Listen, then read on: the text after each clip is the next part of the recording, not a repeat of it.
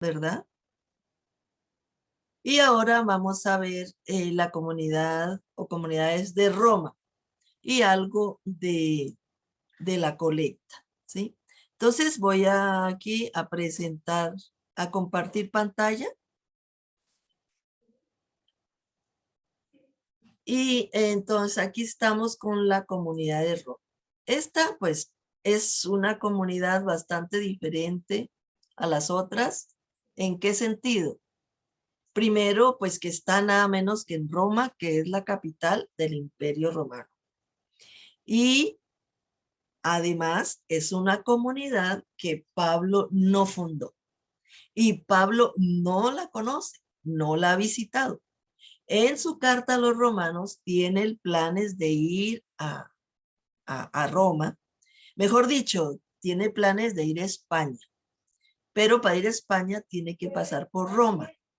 Entonces, la manera como escribe la carta es muy interesante porque no es como escribió Gálatas, ¿verdad? Que les dice tonto, necio aquí y acá porque está muy apenado porque se le está yendo de la mano la comunidad que él fundó, la de los Gálatas. Aquí escribe bastante diplomático, bastante sereno, ¿verdad? Y como no conoce mucho la comunidad, es muy eh, ¿cómo les diré? Muy atento, bastante comprensible, o sea, habla en otra terminología. Pero también por la carta, pues nos enteramos de muchas cosas. Generalmente la carta a los romanos se ha concentrado solo en lo teológico, ¿no? Porque habla del pecado, la salvación, la justicia de Dios, la justificación por la fe, y entonces siempre la ley no se ve como una comunidad de carne y hueso, un autor de carne y hueso. De hecho, la situación en ese momento en que escribe la carta, la situación de Pablo es muy delicada porque hay muchos malos entendidos entre lo que él propone para que los gentiles también formen parte del pueblo de Dios. No están mucha gente o una corriente del judaísmo no está de acuerdo. Dicen que está contra la ley, que está contra la circuncisión, ¿verdad? Hay un sector de los del judaísmo que le llaman judaizantes, que quieren que los gentiles, si quieren ser del pueblo de Dios, descendientes de Abraham, etcétera, tienen que hacerse de la circuncisión, tienen que seguir la ley de Moisés, etcétera. Y Pablo dice que no. ¿Por qué? ¿Verdad? El amor de Dios, la muerte de Jesús, la gracia de Dios es para todos y ya no necesitan cumplir esa ley, ¿verdad? Entonces ahí en esa carta trata de aclarar esas cosas. Pero a mí me interesa mucho la situación particular del autor y la situación particular de las comunidades, ¿verdad? Tenemos alrededor como de 5 comunidades en Roma. Eh, ¿Cómo sabemos que son comunidades? Ustedes fíjense, cada vez en alguna carta, cuando están los saludos y las despedidas, les manda a saludar o salúdenme a, cuando dice salúdenme a los de la casa de tal, fulano de tal, a los de la casa de fulano de tal. Entonces, se refiere pues a las comunidades, ¿verdad? A las distintas comunidades que se reunían en casas. Entonces, Pablo no conoció, va a conocerla, porque como va a España, quiere pasar por Roma, quiere que en Roma, pues, le ayuden en este viaje. ¿Qué es lo que va a necesitar Pablo? Pues traducción, quiere que le ayuden en la traducción, va a otro país, bueno, no eran países en aquel entonces, pero va a otra provincia romana que es de España, necesita pues el latín, que le ayuden y de pronto, pues las comunidades de Roma podían ayudarle. O sea, son varias cosas que tiene él como propósito al escribir esa carta. Pero vamos a irlas viendo poco a poco y después nos concentramos en la problemática misma que Pablo la conoce, alguien le escribió sobre eso y él trata de ayudar a superar ese conflicto interno que hay en la comunidad. Veamos primero algo como hemos estado haciendo con respecto a la ciudad. Vean qué tremenda esta ciudad. Esta es una maqueta, por supuesto, ¿verdad? Es una imaginación de cómo era. Ahorita tenemos los que han ido a Roma, pues seguro varios de ustedes, sobre todo religiosas o religiosos, han estado en Roma, pues ahí han visto bastante arqueología. Yo digo que ahí no se puede hacer, ahí es muy difícil excavar y hacer edificios modernos porque en todas partes hay cosas arqueológicas, patrimonio de la humanidad, ¿verdad? En todo Roma. Esta me impresionó, esta maqueta que encontré ahí, porque vean cómo es posible, digamos, mucha gente tal vez no concibe que en el primer siglo haya una ciudad como esta, tan grande, ¿verdad? No, no voy a decir moderna, pero tan grande y como esta, ¿no? Porque pensamos que hoy, siglo XXI, pues estamos avanzados, etcétera. Pero miren ustedes, en esta maqueta podemos ver ahí, por ejemplo, bueno, el Coliseo Romano que todavía tenemos hoy día, los que ven en Roma o en las fotos, esas que aparecen anunciando a Roma, está el Coliseo Romano. Esa cuestión así larga, ese rectángulo era, pues, es como un estadio. Es un estadio donde se daban los juegos de atletismo y todo eso, ¿no? Muchos templos hay ahí en esa ciudad. Bueno, Roma era una ciudad muy populosa, muy populosa. Imagínense que por ahí he leído que Roma tenía alrededor de 1 millón de habitantes. Eso es mucho para una ciudad de primer siglo. No sé si será cierto o no. Bueno, Éfeso tendría unos 200,000 y Éfeso es mucho más chiquito que Roma, ¿verdad? Pero si es verdad que tenía 1 millón, tuvieron que pasar siglos y siglos para que una ciudad después del Imperio Romano tuviera 1 millón. Y eso fue en el tiempo de la Revolución Industrial, siglo XIX, en Londres. En Londres se logró por primera vez. O sea, todo lo otro nunca se llegó a tener una ciudad tan populosa como esta del Imperio Romano. Después de la caída del imperio, no hubo otra ciudad, sino hasta Londres, ¿verdad? Bueno, eh, la sociedad muy estratificada, eso era así siempre en el tiempo del Imperio Romano. Por ejemplo, eh, cuando la escribió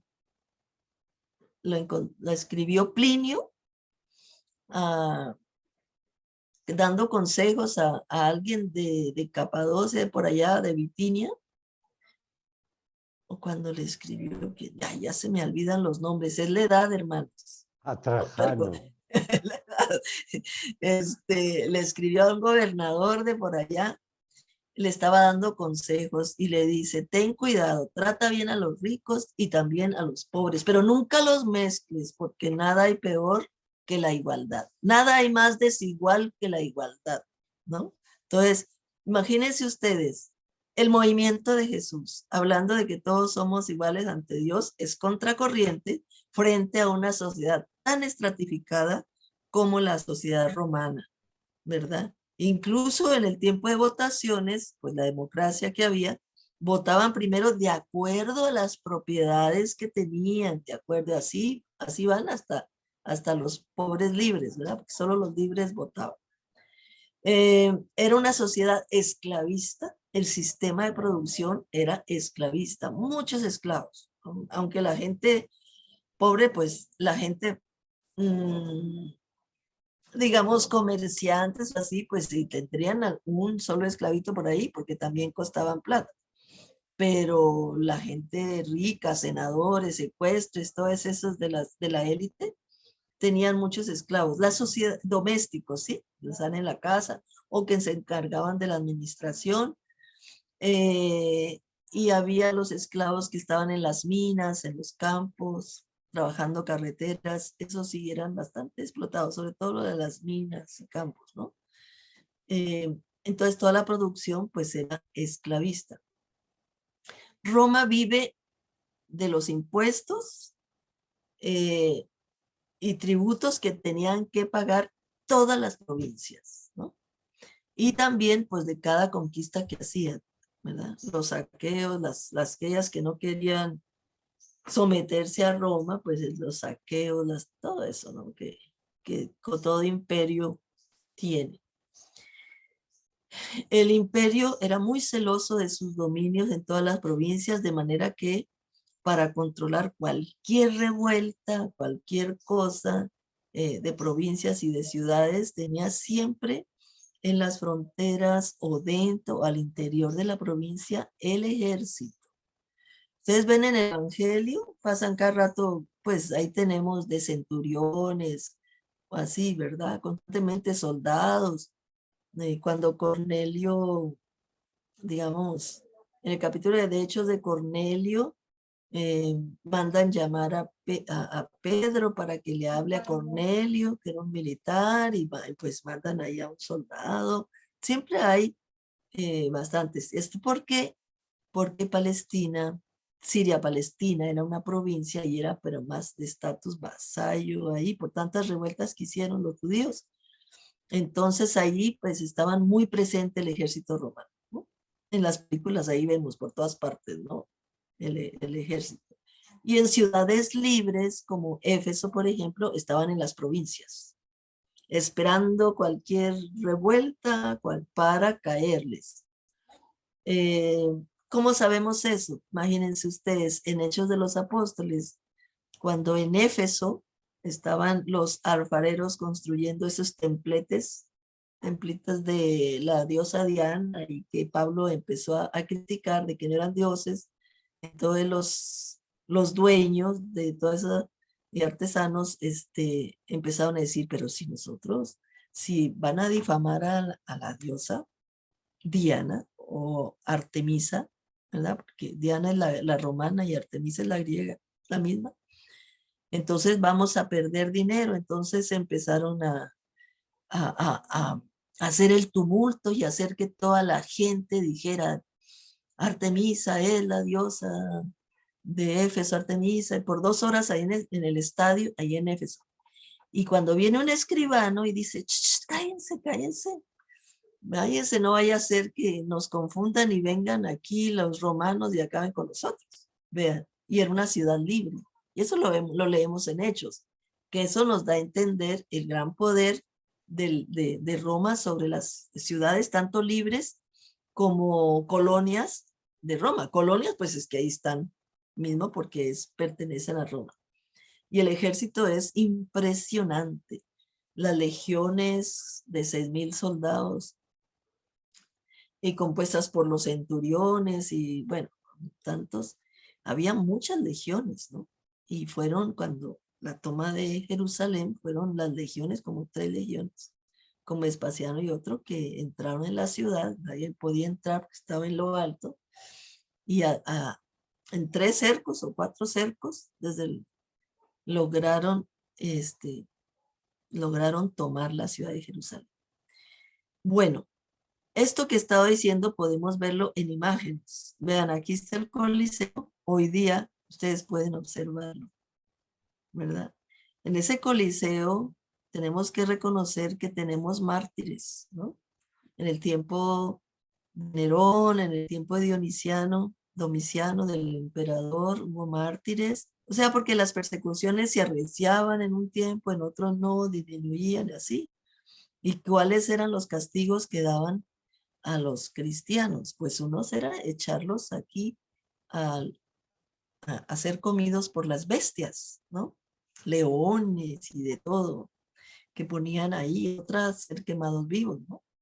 Tácito narra de cómo los cristianos en Roma, en el tiempo de Nerón, fueron quemados vivos muchos, no sé, miles, y sirvieron como antorchas en la vía Apia, que era la entrada donde entraban los generales después de las conquistas, que hasta la gente se sentía conmovida por esa maldad de Nerón.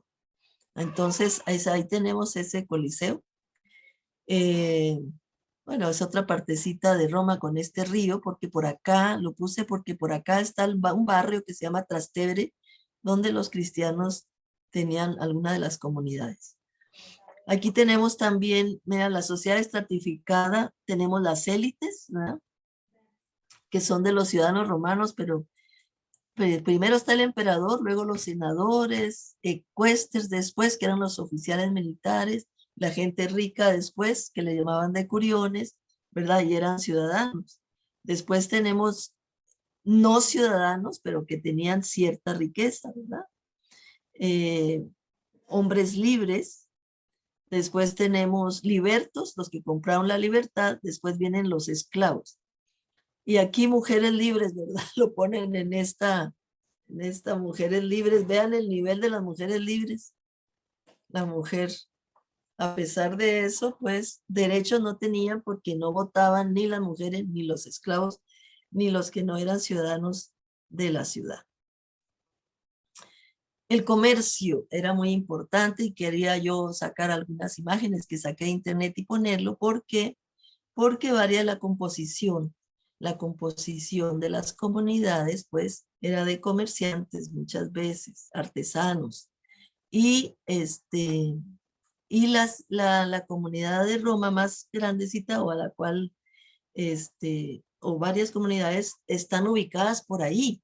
Más en este lado donde están las carpas, que acá se ve como muy elegantote, ¿no? No hay que confiar mucho en las imágenes de internet, más por acá, porque donde llegaban gente de Jerusalén, que fueron quienes fundaron las comunidades en Roma, las comunidades seguidoras de Jesús, pues a donde llegaban eran al mercado, el ágora, ¿no? El mercado, y de ahí entonces, pues tenían cerca de ahí sus comunidades en sectores pobres. Trastevere se cree que ahí estaban ubicadas varias comunidades. Entonces ahí, como decía un erudito alemán que escribió sobre la realidad de Roma en los primeros 2 siglos, dice ahí en medio de los olores de cebollas y de todas esas del mercado que venden de los productos, ¿no? Por ahí estarían ubicadas varias de las comunidades. Alguna que otra tal vez estaría en un barrio mejor, más de mejor posición. En la sociedad esclavista había varios centros, ¿verdad? Donde los esclavos venían muchas veces cuando se rebelaba una provincia, los hacían esclavos. Aquí tenemos esta imagen que me encontré por ahí que refleja un poco, ¿verdad? Cómo los traen. Cuando un general conquistaba una provincia, entraba todo el desfile del ingreso de la procesión triunfal y tenía atrás allá como esclavos que eran de guerra, esclavos lo que perdieron la guerra, entonces los traían como esclavos. Y a los capitanes de esos que perdieron la guerra, los mataban delante de todo el mundo, bueno, cosas así. Y eso pues ocurrió con los judíos en la revuelta judía y la narra Flavio Josefo, ¿no? Cuando toman Jerusalén. La toma fue entre el 66 a 70, ¿no? Ya Pablo había muerto, había sido decapitado Pablo. Aquí tenemos el mercado. Había uno famoso de Delfos, tal vez era que no está en Roma, ¿no? Pero en todas partes en las ciudades había ventas de esclavos, porque el esclavo no tenía ningún derecho, era considerado una no persona. Y el ejército romano, pues que aquí tenemos la vestimenta, ¿verdad? De un centurión. Los que tienen esa cuestión roja ahí arriba son centuriones. Y todos los que tienen ese casco son los soldados de las legiones, ¿verdad? Digo esto porque a veces cuando ponen ahí la crucifixión de Jesús, lo que ponen son puros centuriones. Y la verdad lo que había era más soldados, legiones en la vestimenta. Tremendo, Flavio Josefo le dedica varios capítulos, o un capítulo larguísimo, al ejército romano, que es muy famoso por la disciplina y por todo eso, y era muy, muy grande. Bueno, pasemos entonces ahora a la situación de las comunidades de seguidores de Jesús, ¿verdad? Como dije, estas comunidades no fueron fundadas por Pablo, y se nota en la forma de escribir, ¿no? Más serena, más condescendiente, muy diplomático, ¿verdad? La composición entre ellos tenemos en esas comunidades gentiles, judíos y temerosos de Dios. Ya dije quiénes eran los temerosos de Dios. En la Biblia aparecen dos grupos, temerosos de Dios y prosélitos, ¿verdad? Los prosélitos son aquellos que se convertían al judaísmo e incluso se circuncidaban. Los temerosos de Dios se convertían al judaísmo, pero no se circuncidaban. ¿Vean? Esa es un poco la diferencia. Lo digo porque a veces se confunden entre unos y otros. Pero la mayoría de las comunidades, en el momento que escribió Pablo, pues va dirigido a los gentiles. Había más gentiles. Es muy interesante lo que pasó ahí, si lo vemos con detenimiento.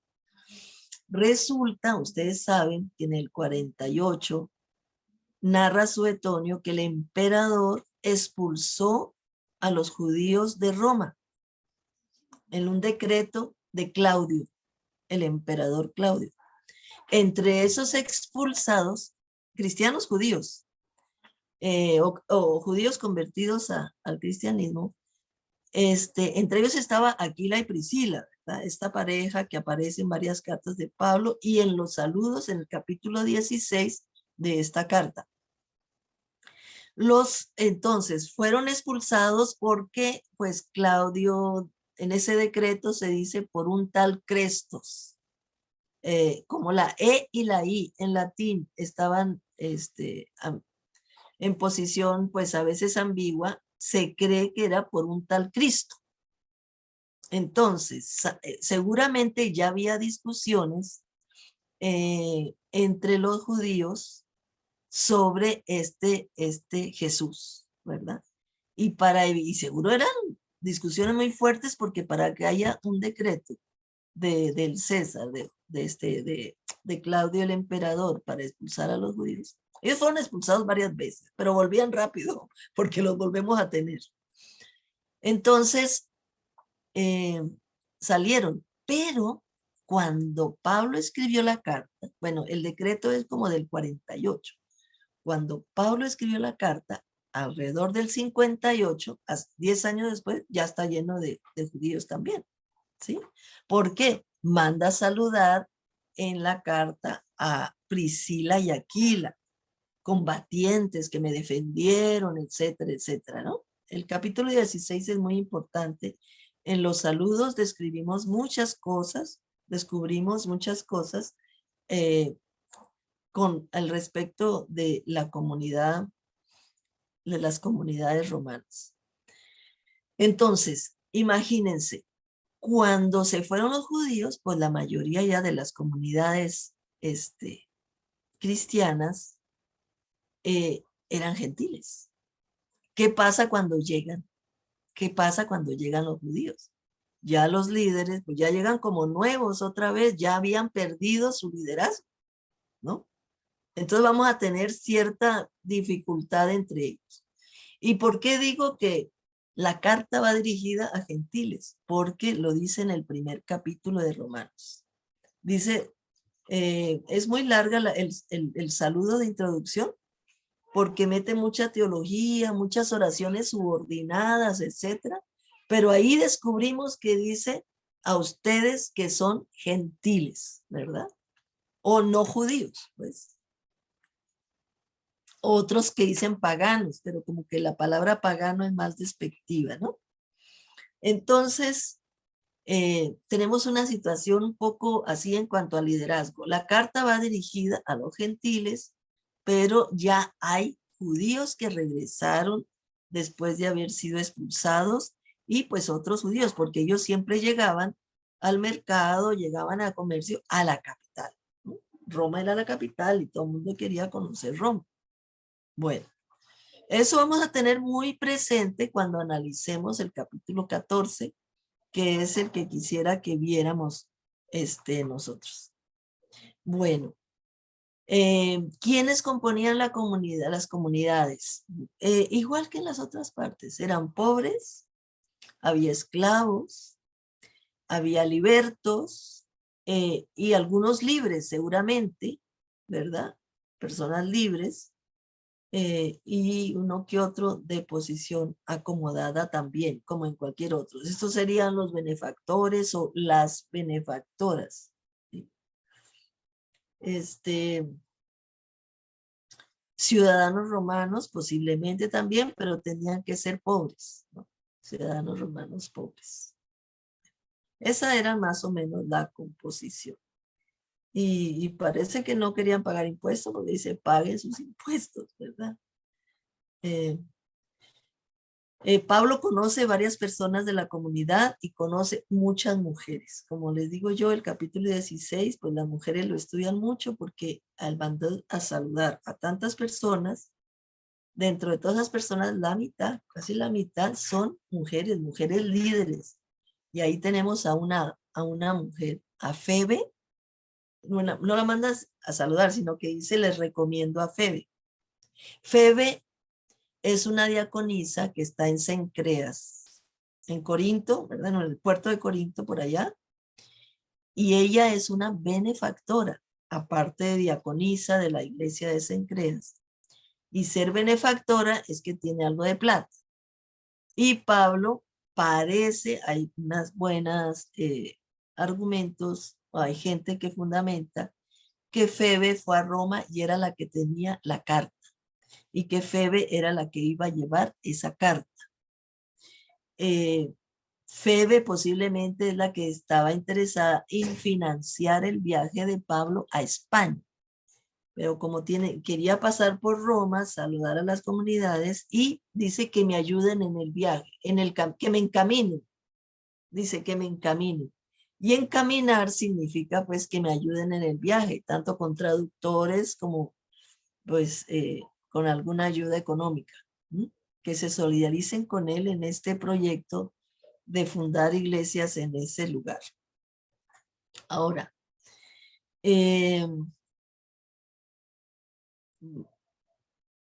bueno, no vamos a ver el capítulo 16, más bien yo les recomiendo que ustedes lean porque ahí tenemos mujeres muy importantes. Tenemos una mujer apóstol, la diaconisa, y también aquí Priscila y Aquila, que aparece primero el nombre de Priscila. Bueno, sí ha estudiado mucho y me imagino que ustedes ya han estudiado bastante el tema de las mujeres.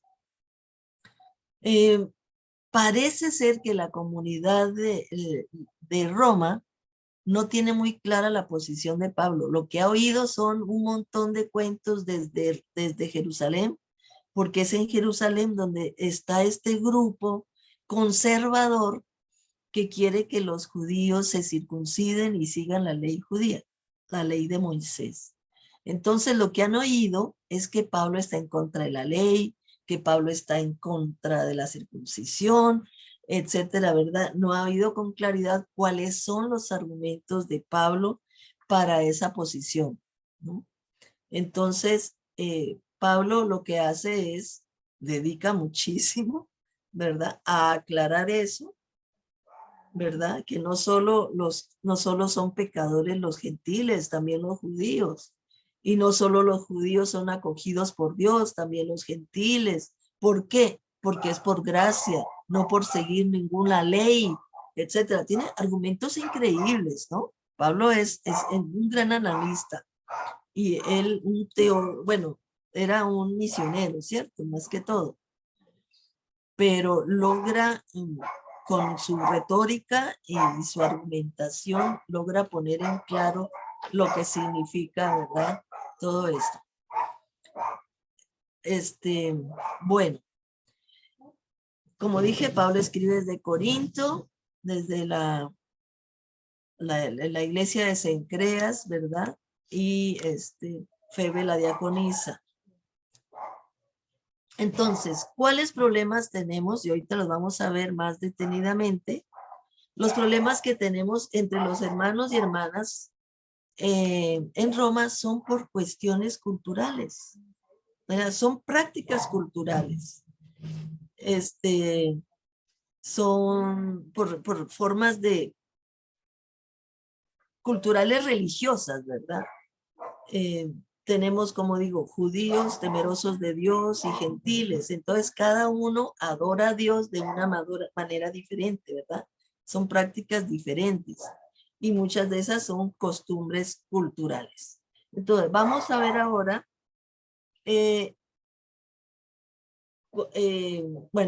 aquí en las preocupaciones de Pablo, ya dije casi todo eso, ¿no? Aclarar su posición,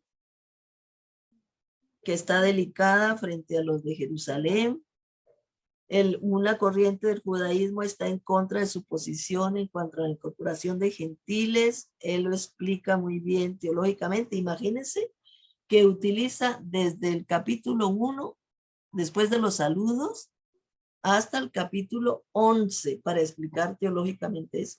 Porque acuérdense que el pueblo de Israel era considerado el pueblo elegido. Entonces, ¿en qué queda eso? Después de que todos somos del pueblo de Dios, y entonces, ¿en qué quedó? Y ahí él explica del capítulo 9 a 11, lo dedica a todo eso. ¿Qué significa, verdad, la elección? De sus planes de viaje a España, pasando por Roma, y Febe la encargada de llevar la carta y ayudar financieramente en el viaje a España.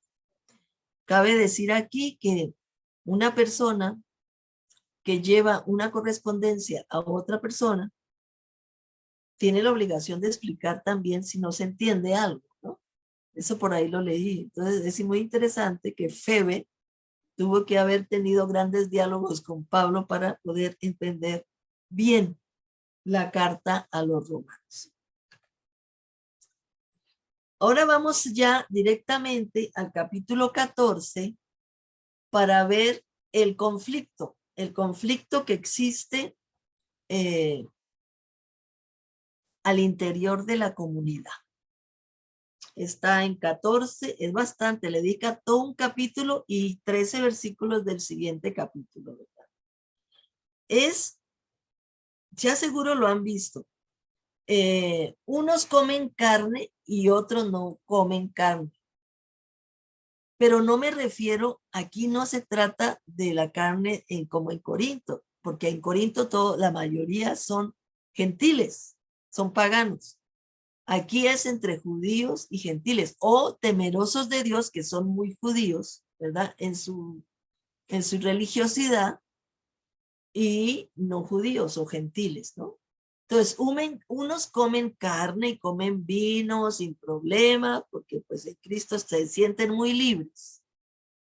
Y otros comen vegetales, no comen carne y no toman vino, ¿no? Porque su religión no les permite, ¿verdad? No les permite comer carne. Entonces, por otro lado también, unos dicen es que este día hay que santificarlo porque este día es esto. Y otros dicen, no, ¿por qué? ¿Verdad? No sé si se refiere al Shabbat o algo así, ¿verdad? Unos piensan en un día muy especial, ¿verdad? Que no se puede hacer nada como el sábado. Y otros dicen, no, todos los días son del Señor, la comida es del Señor, todo es del Señor y todo es bueno. Entonces, en ese sentido, unos se creen superiores porque pueden comer de todo, porque en Jesús ya se quitó toda ley, ¿verdad? Pero menosprecian a quienes a que ellos creen débiles en la fe porque no se sienten bien al comer de todo, ¿verdad? Y otros piensan que es malo comer carne. Eso es pecado, diríamos hoy día, ¿no? O tomar vino. Y entonces se ponen a juzgar y se ponen a criticar a quienes lo comen, ¿no? A, esta, a este conflicto interno se le ha llamado el de los débiles y los fuertes. La relación entre los débiles y los fuertes en conflicto. Le ponen porque Pablo dice, los fuertes esto, porque los fuertes serían aquellos que ya dicen que todo es bueno, comer de todo. Entonces, no tienen ningún reparo, ningún problema de conciencia, porque todo viene de Dios y ya lo dio, todo es puro, etc. Mientras que los otros sí tienen problemas de conciencia en comer eso, porque pues por su tradición judía, ¿no? Por su tradición, que lo veía como impuro comer ciertos animales. Eso costó mucho. A Pedro le costó mucho ir a la casa de Cornelio. ¿Recuerdan en Hechos capítulo 11 que tuvo que tener una visión como 3 veces donde estaba en la azotea y esa visión tan fea, ¿no? De reptiles y puros animales impuros para los judíos y apareció alguien que le decía, come, mata y come. ¿Se acuerdan? Pero él decía, no, no puedo, no puedo, decía Pedro. Y 3 veces apareció, mata y come. O sea, después entendió que delante de Dios todo es puro y pudo ir a la casa de un impuro porque Cornelio no era judío, por lo tanto, era considerado impuro, ¿no? En realidad, para los judíos todas las relaciones, todo el paradigma en la cabeza, ¿sí? Los esquemas son puro e impuro. Las relaciones, las cosas, las personas, todo tiene que ver con lo puro y lo impuro, ¿no? Eh, pero bueno, aquí tenemos un problema más o menos así, ya en una comunidad más avanzada, porque estamos ya en el año 58. Jesús moriría más o menos en el año 30 y tantos, ¿no? Entonces, pues pasaron todo ese tiempo y, y hay comunidades formadas y todo, pero todavía tienen ese lastre, ¿verdad? Y son cuestiones culturales. Entonces, el problema es que unos se creen más libres para comer y discriminan a los demás. Los creen inferiores, ¿verdad? Y los otros, ¿verdad? En cambio, pues también esos podríamos pensar que, que de pronto se creen superiores porque dice comer carne, que eso es malo, por lo tanto, los critican y los juzgan, ¿no? Ese es el conflicto concreto que aparece en esta comunidad. Puede haber algunos otros, pero el que es muy claro, que le dedica todo un capítulo y 13 versículos del siguiente capítulo, es que le llaman los débiles y los fuertes. Bueno, ahora bien, ¿cuáles son los consejos que da Pablo? Eso es muy interesante. ¿Qué dice con respecto a a este conflicto? ¿Cómo sugiere él que se supere ese conflicto? En primer lugar, pide un respeto mutuo a las diferencias, ¿no? Él no toma partido por uno u otro, aunque Pablo es de los que comen de todo, ¿verdad? Él sería como de los fuertes, pero en una comunidad hay que respetarse en estas diferencias que no son importantes. Hay que escuchar por qué el otro está así, se siente así.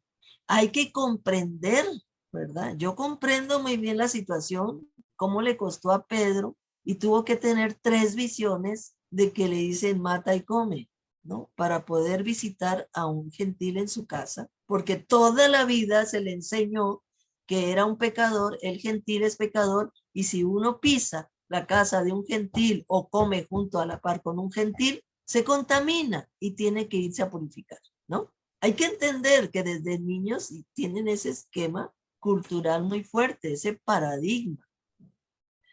Entonces hay que escuchar, hay que comprender la situación de cada miembro de la comunidad, tantos unos como otros, ¿verdad? Después, no hay que actuar con prejuicios, ¿verdad? Ay, este es judío. Ay, entonces esta sí. Ay, este come carne. De una vez hablar mal del que come carne. Entonces, criticarse, murmurar en contra del otro, eso destruye las comunidades. Eh, no sentirse superior a los demás. No sentirse superior a los demás. Más bien ponerse en el lugar del otro. Siempre es lo que propone Pablo. Ponerse en el lugar de otro. Para que una comunidad marche bien, sea sólida, hay que respetarse, hay que escuchar y comprender la situación de cada uno, por qué dice y por qué actúa así, primero, y no entrar con prejuicios, ¿verdad? Y después mi posición creer que es la verdadera y que por lo tanto yo me siento superior. Eso Pablo lo rechaza, ¿no? Y por el otro lado, ¿verdad? Los que son débiles de conciencia, como los llama Pablo, es no criticar, no juzgar, porque se creen muy espirituales, porque se creen los verdaderos cristianos, por cualquier cosa, entonces pasan juzgando y criticando. Para Pablo, estas cosas de comer tal tipo de comida u otro son inútiles, ¿verdad? Mejor cada quien que lo haga, porque lo hace con su conciencia y para Pablo, él lo actúa porque quiere agradar al Señor de esa manera. Cada quien dice, si come carne, pues lo hace para el Señor, y si no come carne, pues para el Señor lo hace, ¿verdad? Porque por él vivimos, dice Pablo en un canto muy bonito, ¿no? ¿Por qué para Pablo no es importante? O es peligroso también, porque las discusiones hacen perder el horizonte. ¿Y cuál es ese horizonte de la comunidad? El reino de Dios. Y él lo dice ahí, el reino de Dios no es cuestión de comida ni bebida, sino de gozo, justicia, paz, ¿verdad? Entonces, si se centran las discusiones en estas cosas, se va a perder el horizonte, la comunidad se debilita, ¿verdad? Y en una situación dentro del imperio va a haber problemas, como los hubo en épocas pasadas cuando se expulsó a los judíos, ¿no? No es cuestión de esas cosas el reino de Dios, son cosas circunstanciales, costumbres, culturas, ¿verdad? Las comidas y las bebidas. Cada quien, si es honesto o si es honesta, piensa que lo que hace está bien delante de Dios. Y Pablo dice, hay que respetar eso, ¿verdad? Hay que respetar eso. Estamos en esta situación del primer siglo, ¿no? Para Pablo les dice, todos somos amados de Dios y Dios ama a todos. Hay que sentirse, saber que Dios ama al prójimo como a uno. Entonces hay que aceptarse los unos y los otros tal como son. Yo creo que esto nos ayuda mucho a entender lo que es sinodalidad también, porque hay mucha diversidad en las comunidades, ¿no? Y entonces en esa diversidad no hay unidad, no hay unidad, y hay que buscar la unidad en la diversidad, ¿verdad? Cada quien adora de acuerdo a su condición, de acuerdo a su manera. Por lo menos en Pablo, en la carta a los romanos se refiere a esto, a la comida y a la bebida. Y una cosa muy interesante que Pablo da en sus consejos es que para actuar, no actuar de acuerdo a lo que yo quiero y lo que a mí me agrada, sino hay que actuar siempre pensando en el otro o en la otra y no en uno mismo. Si yo voy a ser motivo de caer, por ejemplo, no, yo voy a comer esto porque todo es libre y entonces el otro viene y se siente obligado a comer, etcétera, dice que eso está mal porque piensa que esa persona que no come carne y está comiendo porque el otro, por causa del otro, se va a sentir mal y dice que sí se va a condenar a sí mismo porque piensa que él está haciendo algo desagradable al Señor. Entonces, mejor cuando uno va a actuar, no actuar agradándose a uno mismo, ese es mi perrito, sino ponerse en el lugar del hermano, y es mejor que nos privemos un poco para que el hermano, él dice, no tropiece. Por lo tanto, lo que hay que buscar es lo que lleva a la paz, lo que lleva a la edificación de la comunidad. Para Pablo es mucho más importante. Estos conflictos internos no van a llevar a la paz, van a llevar a, a que la comunidad se agote, se canse, pierde el horizonte, ¿no?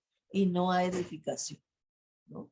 Lo que hay que hacer en medio de una sociedad hostil para Pablo es buscar la unidad y tratar de sobrellevar las diferencias, si realmente son estas para sobrellevar, ¿no? Aceptarnos mutuamente, de acuerdo, pues cada persona es un mundo, ¿no? Y si todos tenemos un mismo sentir en Cristo y avanzamos en ese, pues la diferencia entre cada uno hay que acogerla, hay que aceptarla. Y más, Pablo exige más, que uno se ponga en el lugar de otro y que uno se prive uno para que el otro esté mejor, ¿verdad? Eso es lo que Pablo nos dice. Bueno, esto es con respecto al conflicto que hay en la comunidad de romanos, de los romanos, las comunidades de los romanos, ¿verdad? Ahora tenemos la misma pregunta que en todos. ¿Qué aprendemos de las comunidades de Roma en todo este espíritu que estamos leyendo de la sinodalidad? Bueno, tenemos, ahorita son las 3:53. Mejor dicho, es hasta las 4:30, ¿verdad? Sí. Cierta. Entonces, ¿qué les parece?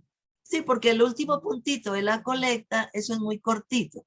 Entonces, ¿qué les parece si dedicamos ahorita unos 20 minutitos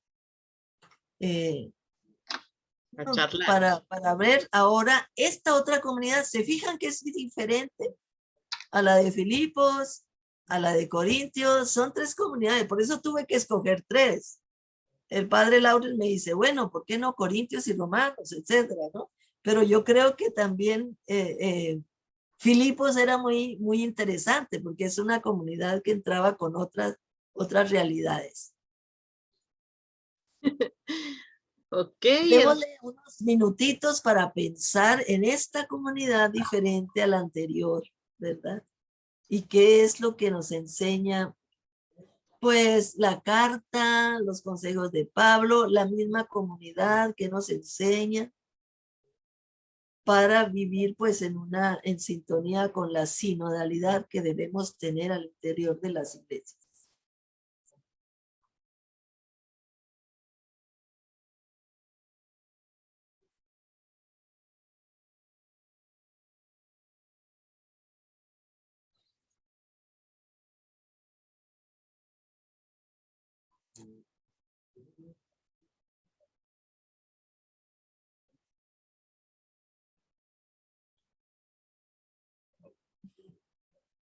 En las decisiones que se hacen, vamos a hacer esto, vamos a hacer lo otro, entonces no está tocando los problemas reales que tiene la comunidad. Y aquí estamos hablando que para una verdadera sinodalidad, una verdadera comunidad, unidad, armonía, etcétera, hay que ver qué es lo que acontece al interior de las comunidades. Y eso es lo que vio Pablo en Corinto, por ejemplo. Primero porque la misma comunidad le pidió, necesitamos consejos sobre esto otro y sobre esto otro. Pero también porque algunos miembros de la comunidad le fueron y le dijeron, mira, ahí hay problemas de este tipo, hay un fulano que se está acostando con su mamá, con su madrastra, ¿verdad? Hay problemas que hay unos que se creen mucho se creen muy, muy superiores y están marginando y discriminando. Y lo que es la cena del Señor es un relajo, ¿verdad? Eso, los de Chloe, los de la casa de Chloe, fueron los que fueron a decir todo eso, ¿verdad? Entonces, es muy importante que sepan lo que está ocurriendo en cada comunidad para poder que esta comunidad se fortalezca, crezca, ¿no? Y se sienta atendida. Si no, va a menguar y se va para otras comunidades, donde sí se siente escuchada, se siente atendida. Yo creo que Carlitos ha mencionado un problema muy, muy importante que se debe resolver, y esto lo podemos ver en la actitud de Pablo con respecto a cada una de las comunidades. Bueno, tenemos todavía un minutito para esta parte. Aquí tengo algo para leer de Ana Molina, que Bueno. está muy atenta, Anita, gracias. Me parece interesante que Pablo se dirija a los fuertes, apelando a su comportamiento en relación a los débiles, como dijo la doctora Tames. Los que tienen escrúpulos con respecto a los alimentos, los judeocristianos, los heleno-cristianos y todos los grupos que se han unido al camino, y como enseñanza nos deja que también nosotros debemos acoger a los débiles en cuanto a que necesitan más claridad, cuanto a que es la sinodalidad como un camino de unidad y de solidaridad, y exhortarlos a unirse a las comunidades para servir y trabajar para los demás. Mira, excelente, Anita, excelente, porque eso es justamente lo que Pablo dice. ¿A quién se dirige en esto? ¿Se dirige a los débiles? No juzguen esto. No, a quien más se dirige, a los fuertes, ¿verdad? Acojan a los débiles, ¿no? Y a los débiles sí le dice, no critiquen, ¿verdad? No juzguen. Pero es a los fuertes los que tienen que tener más participación aquí, ponerse en el lado del otro, ayudarle a crecer, ¿verdad? Así es. Y ahí tenemos otro, ¿no? ¿O no? Sí, como Susanita Naranjo acá nos pregunta. Elsa, buenas tardes, felicitaciones. Si en estas comunidades había muchos conflictos, como dice Pablo, más o menos de cuántos hermanos estaban conformados estas comunidades y quiénes eran sus líderes para que Pablo pueda tener una ayuda para su evangelización. Sí. Bueno, cuando hablamos de Corinto, vimos las casas y vimos más o menos cuántos podían caber, ¿no? En una casa pequeña podían caber muy pocos. ¿Qué serían? Unos 12 personas o así, ¿no? Pero yo creo que las comunidades podían ser es que aquí está mi perrito, que no sé qué es lo que quiere. A ver, venga. Quiere conocer a salude, hola. Se llama Tobías. Yo no sé qué es lo que quiere mostrarme, pero hola, no puede. Tobías. Tan lindo.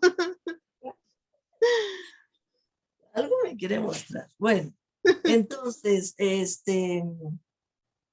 ay, güey, se me fue de que estábamos hablando, ya todavía me distrae. ¿Cuántas personas estaban integradas? ¿De cuántas personas? Sí, entonces depende, ¿verdad? Si se reúnen en una ínsula, pues está el negocio primero y atrás era la casa del zapatero, digamos, que era miembro de la iglesia, entonces serían poquitos.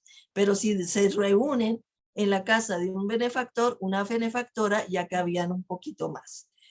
Podíamos decir 30 de pronto, en el atrium, ¿se acuerdan? El plano de la casa esta de una persona acomodada, en el atrium parados podían caber más. En el triclinium apenas 9, ¿no? Entonces, podían caber, sí, 30 por ahí y más apretados 40, pero era cuando se reunían de varias comunidades en una casa más grande, ¿sí?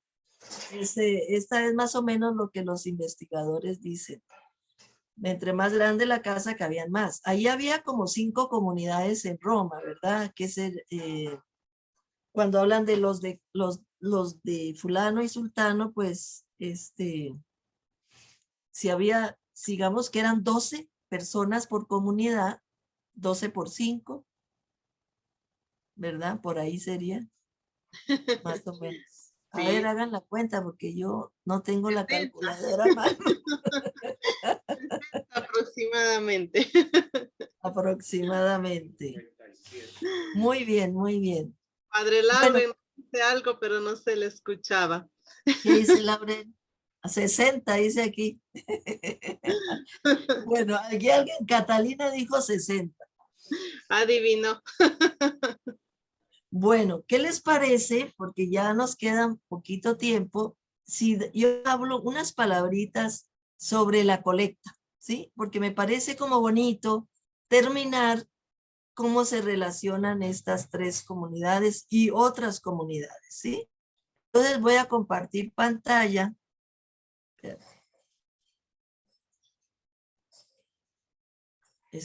No me aparece aquí, share.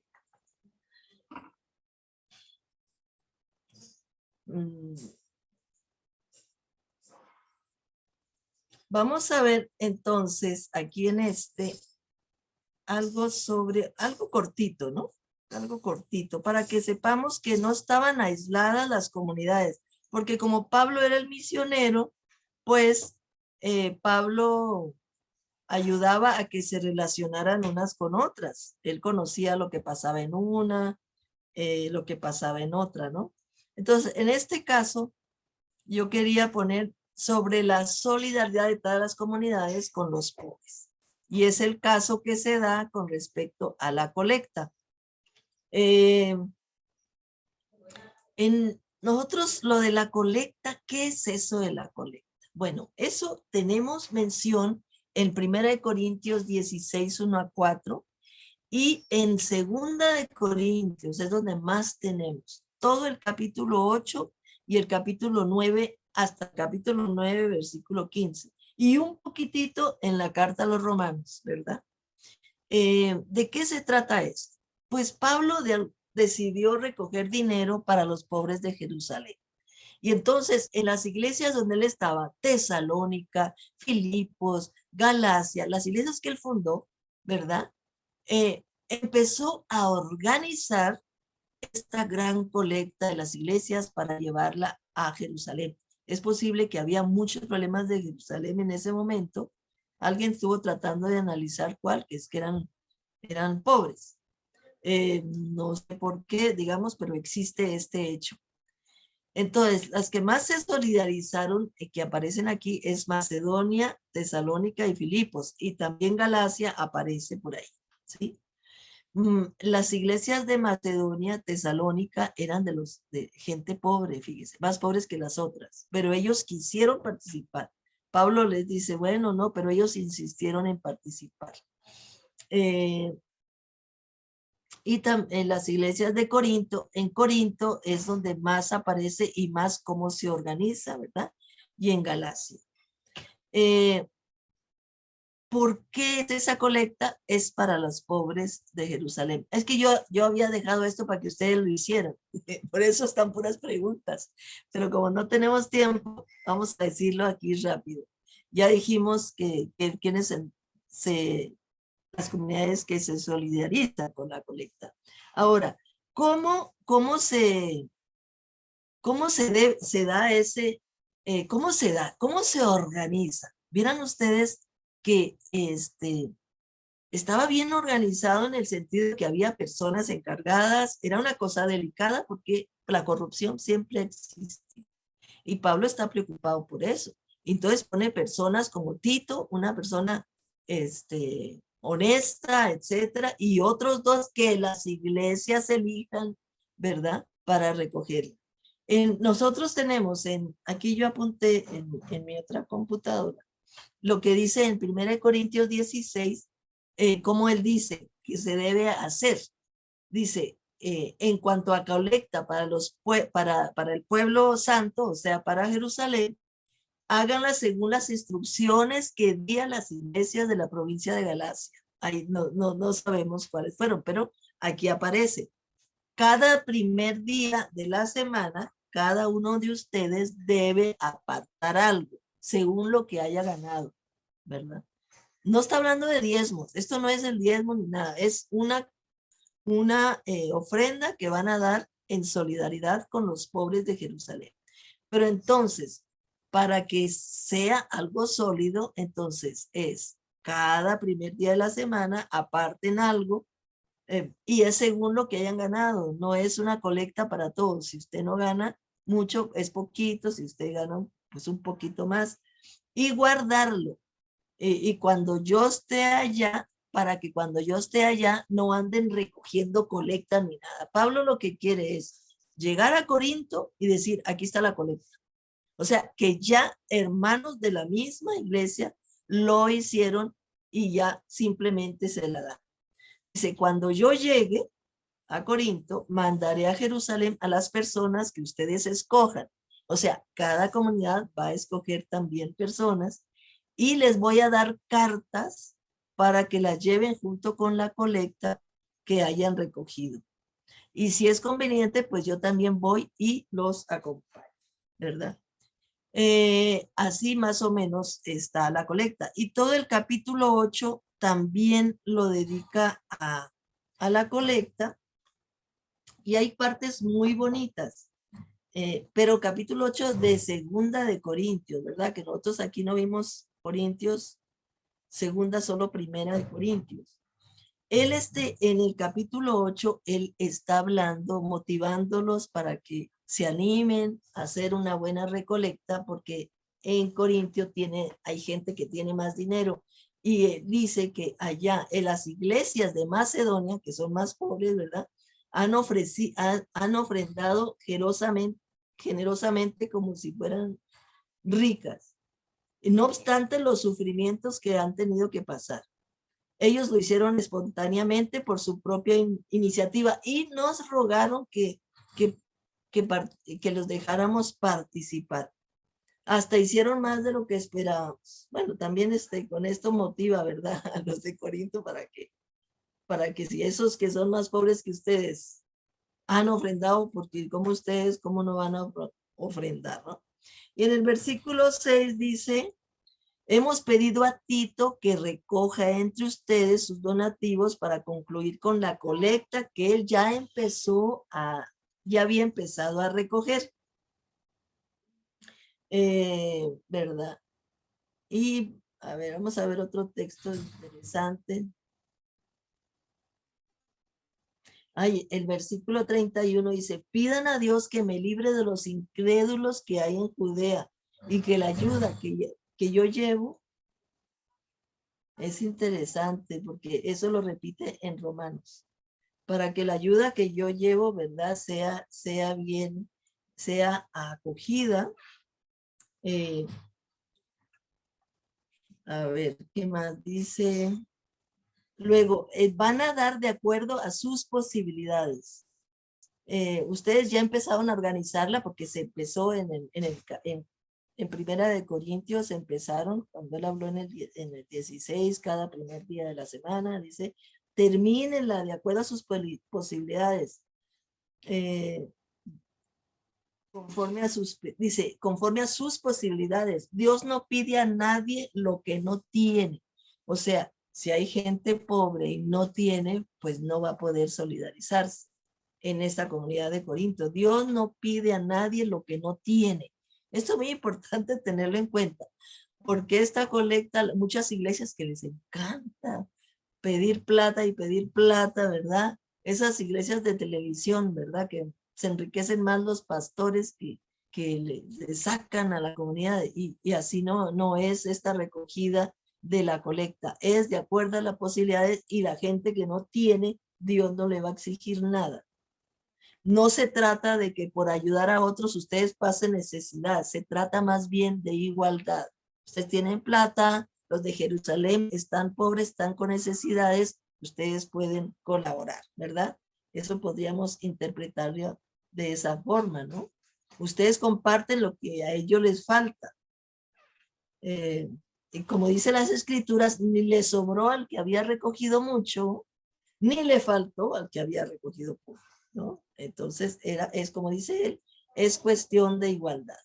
Entonces, Tito es el que viene ahí. Bueno, ahí en ese capítulo pone a Tito, que va a encargarse, ¿verdad? Y van a tener las cartas. Y viene otras 2 personas con él que otras iglesias recomendaron para que entre todos vayan a Jerusalén y lleven el dinero, ¿no? no haya críticas de que por ahí se quedaron con la plata, como acontece mucho, ¿verdad?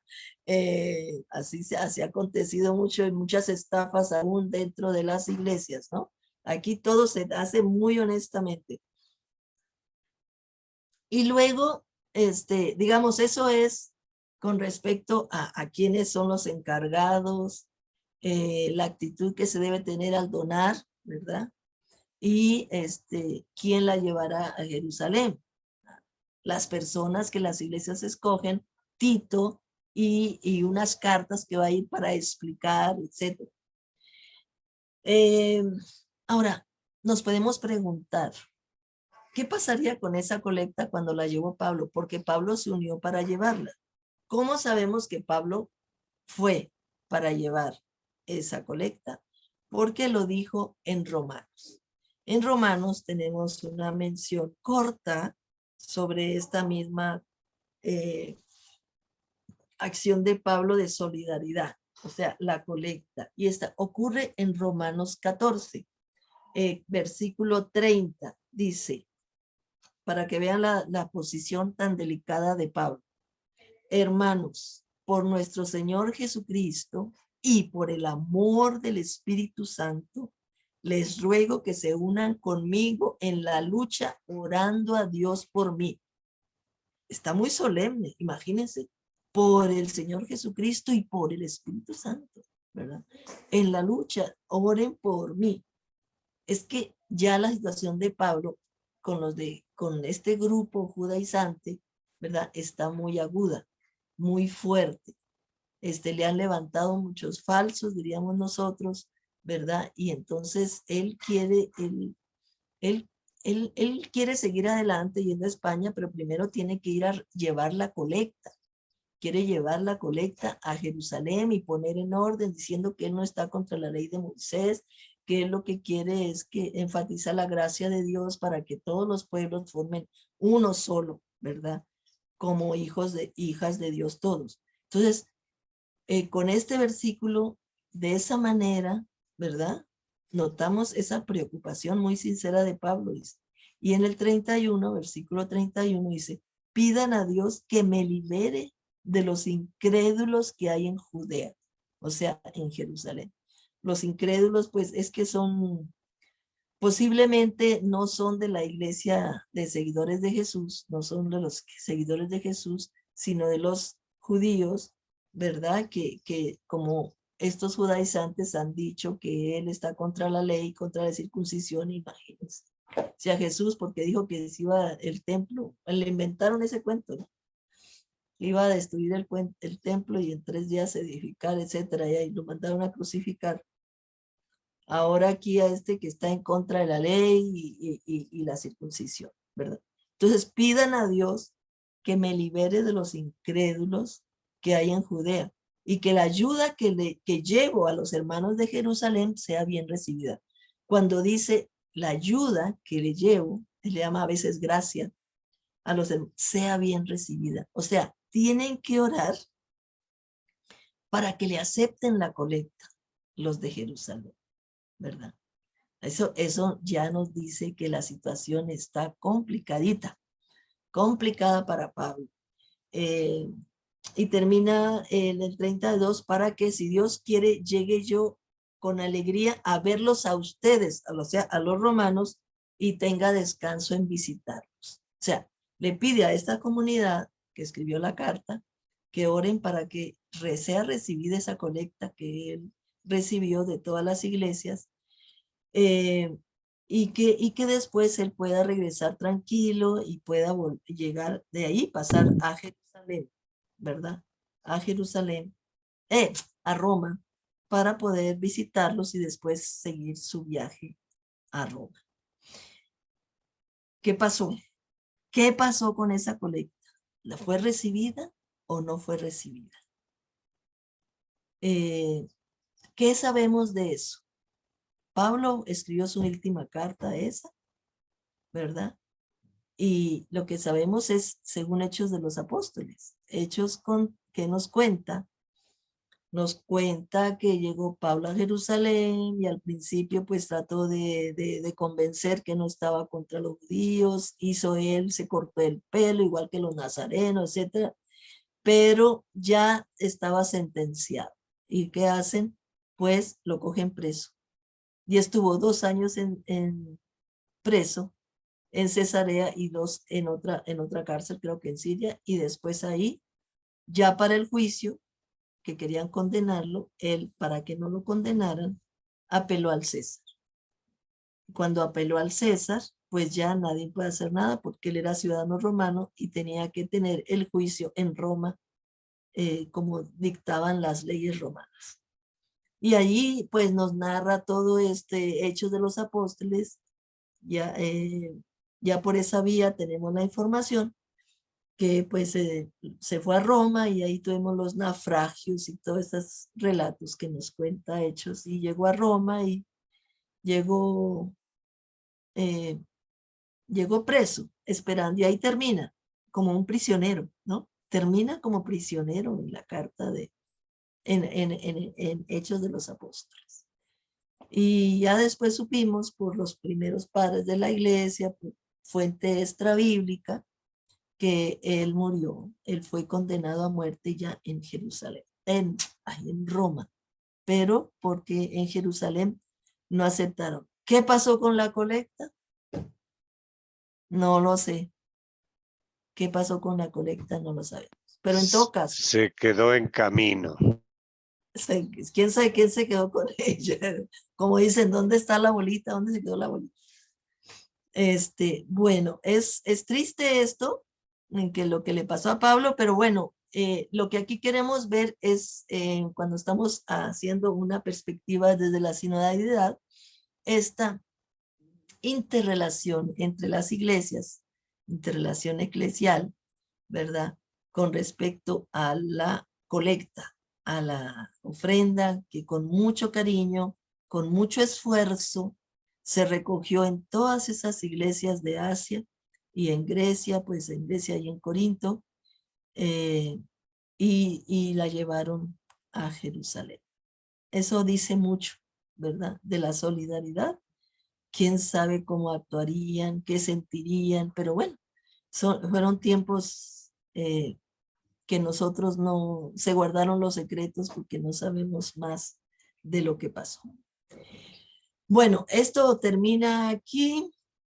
Vamos a dejar de compartir, ¿verdad? Y por lo menos tocamos este puntito de la colecta que me pareció importante e incluir después de analizar cada una de estas comunidades paulinas con sus diferentes problemas y las propuestas de salida a los problemas de cada una. Y ya son las 4:30 y gracias a Dios pude cubrir todo el material, y qué bueno, yo se lo voy a mandar ahorita ya corregido aquí a nuestro amigo y hermano el padre Lauren, para que se los pase a ustedes tal y como yo lo presenté. Gracias, Elsa. Dios te pague. Ha sido un día extraordinario y todos están comentando lo